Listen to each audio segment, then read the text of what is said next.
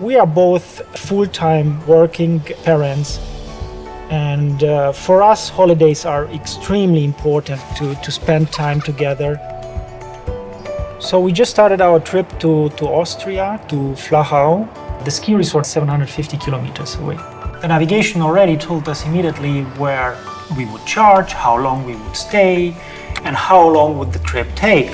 Sometimes the car is charging faster than we are able to finish our break. So that was a bit surprising, I would say. I think we're both enjoying technology a lot. I have an IT background, and of course we need to be agile to adapt to new technologies, to changes. Before, I think we had this car, it was mainly Christian who was driving, but since we have a Tesla, it's always a fight.